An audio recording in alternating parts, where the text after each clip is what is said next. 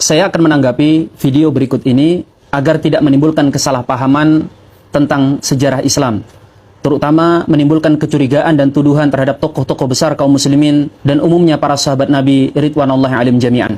Ketika Nabi Muhammad wafat, jenazahnya belum dimakamkan. Ada dua sahabat yang dulu bersahabat erat, kemudian berusaha menghunus pedang untuk saling tebas satu sama lain. Hari ini berusaha disembunyikan sejarah ini. Ditulis oleh Imam As-Suyuti dalam Tarikhul Khulafa. Ditulis oleh Tarikh At-Tabari. Yang berperang ini namanya Sa'ad bin Ubadah dan Sayyidina Umar. Sudah saling menghunus pedang. Mengapa mereka mau ribut? Berebut untuk menjadi penggantinya Nabi Muhammad. Lalu kemudian diambil jalan tengah. Sayyidina Abu Bakar yang sedang merawat jenazahnya Kanjeng Nabi ini, kemudian dipanggil, Abu Bakar, kamu harus datang. Dua orang ini sudah membawa pasukannya masing-masing. Kaum Muhajirin dan kaum Ansor yang tadinya damai berhadapan-hadapan untuk saling berperang, membela pimpinannya masing-masing. Sayyidina Umar mengatakan, saya yang harus menjadi pengganti Nabi karena saya satu suku dengan Nabi dari suku Quraisy. Lalu kemudian Sa'ad bin Ubadah bilang, sayalah penggantinya karena saya tokoh pribumi. Nah, peperangan itu kemudian diambil jalan tengah oleh para sahabat. Oke, kita tunjuk Sayyidina Abu Bakar sebagai pemimpin, sebagai jalan tengah. Dari apa yang dipaparkan dalam video tersebut, paling tidak ada 3 gambaran negatif. Yang pertama, bahwa ulama kaum muslimin itu sengaja menutupi sebagian sejarah kelam umat Islam. Yang kedua, gambaran bahwa para sahabat Nabi, khususnya Sayyiduna Umar bin Khattab dan Sayyiduna Sa'ad bin Ubadah, itu begitu ambisius dan sangat rakus terhadap kekuasaan. Yang ketiga, bahwa para sahabat itu digambarkan sampai mau berperang hanya urusan rebutan kekuasaan atau masalah politik. Apakah benar demikian? Tentang riwayat kewafatan Rasul sallallahu alaihi wasallam dan sampai kemudian diangkatnya Sayyidina Abu Bakar sebagai khalifatul Rasulillah, pengganti beliau, itu dimuat dalam semua kitab sejarah dan tidak ada yang ditutup-tutupi di situ. Kita sudah sering mendengarnya, khususnya bagi para asatid, apalagi para pencinta sejarah. Saya langsung melacak ke dalam Tarikh At-Tabari, apa yang disampaikan oleh beliau. Ternyata saya tidak dapati kisah tersebut. Saya juga membuka dalam Tarikh Al-Khulafa Al-Imam As-Suyuti. Hanya sayang ketika saya cari, saya hanya mendapatkan versi terjemahan, karena ternyata kita versi Arabnya pernah saya hadiahkan kepada seorang ustadz dan saya lupa membelinya lagi. Tetapi kemudian juga saya cek dalam versi Maktabah Syamilah dan tidak ada riwayat sebagaimana yang disampaikan oleh beliau. Saya juga mengecek di Hayatus Sahabah, saya mengecek dalam Sirah Nabawiyah Ibnu Hisham, saya mengeceknya dalam Tarikh Al-Kabir, siapa tahu ada terselip di situ, karya Al-Imam Al-Bukhari. Kemudian saya mengecek dalam Bidayah wa Nihayah, karya Al-Imam Ibnu Katsir. Saya juga mengecek langsung kepada induk Sirah Nabawiyah dalam Islam, yaitu Sirah Nabawiyah Ibnu Ishaq, dan berbagai macam kitab-kitab yang lainnya. Dan saya tidak mendapatkan riwayat seperti itu. Jika tuduhannya, ulama umat Islam menyembunyikan sebagian fakta sejarah, ini sungguh tuduhan yang tidak berdasar.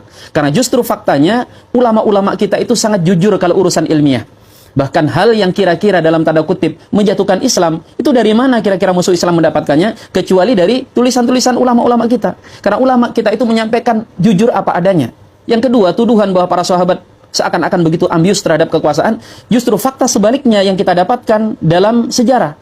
Yang terjadi, para sahabat itu bukan saling menghunus pedang di medan perang. Yang terjadi justru mereka berkumpul di Saqifah Bani Sa'diyah, yaitu semacam gedung parlemen. Di situ mereka berdiskusi dan saling lempar argumentasi. Yang terjadi bahkan, bukan Sayyidina Umar yang ingin merebut kekuasaan. Beliau justru kala itu mendatangi beberapa pihak untuk disodorkan menjadi pemimpin umat Islam.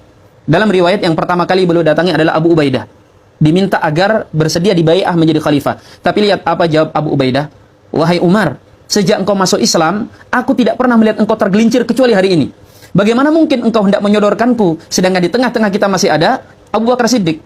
Dan kemudian Sayyidina Umar mendatangi Sayyidina Abu Bakar Siddiq, meminta hadir di forum diskusi itu. Forum diskusi, bukan medan tempur. Namun lihat, justru Abu Bakar kala itu beliau menyampaikan argumennya, bahwa yang berhak untuk memegang tampuk pemerintahan adalah orang-orang Quraisy, yaitu maksudnya para sahabat Muhajirin.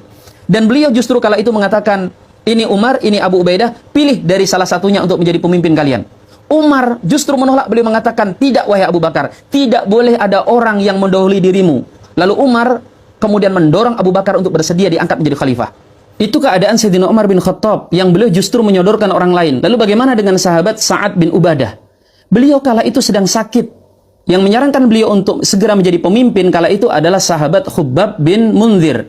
Dan beliau tidak banyak bicara karena sedang sakit. Ketika diskusi dan debat sangat panas itu, sahabat kemudian sampai pada kesepakatan. Tidak ada setetes pun darah yang mengalir. Benar, terjadi perdebatan di kalangan mereka. Tapi ini wajar. Karena mereka harus memikirkan nasib umat Islam ke depannya. Mereka membutuhkan pemerintahan untuk menaungi dari musuh-musuh yang setiap saat bisa merongrong. Ini rumus untuk orang tua. Kalau ingin dimudahkan rezekinya di keluarga, untuk orang tua, bapaknya, ibunya, kakeknya, neneknya, bahkan saudaranya, maka siapkan satu di antara anaknya supaya dekat dengan Allah. Jadikan ahli sholat, jadikan ahli Quran. Ada ayat yang tegas menyampaikan, nahnu narzuquhum wa iyyakum. Ada rizki yang aku titipkan lewat anak untuk kedua orang tuanya. Apa investasinya? Dekatkan anak dengan Allah. Dekatkan anak dengan Allah. Di antara contohnya Maryam oleh Imran dan Hannah. Imran itu bukan nabi, orang saleh. Hannah istrinya salihah. Dua-duanya menyiapkan Maryam anaknya.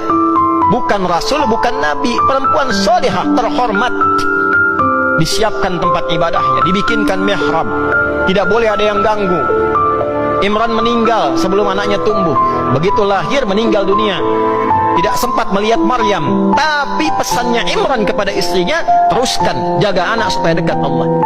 Dirawat oleh pamannya Zakaria, pamannya yang mengirimkan makanannya, pakaiannya. Tapi menariknya, ketika orang tua benar-benar menautkan ikhtiarnya kepada Allah dengan benar, maka dijawab oleh Allah.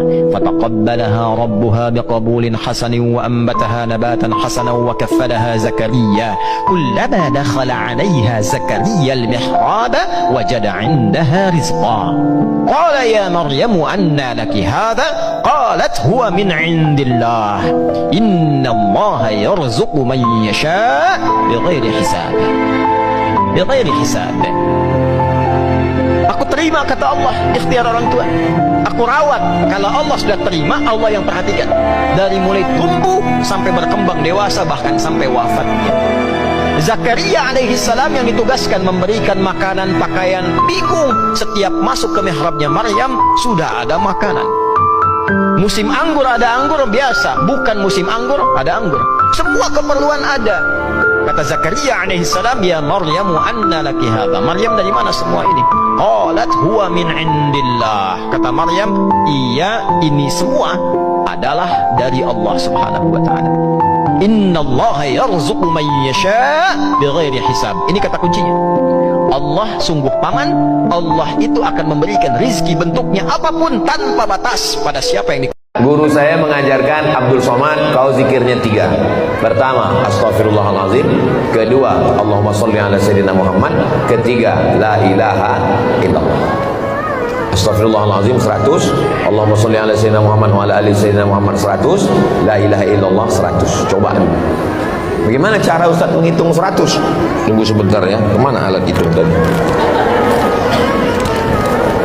Beli tasbih.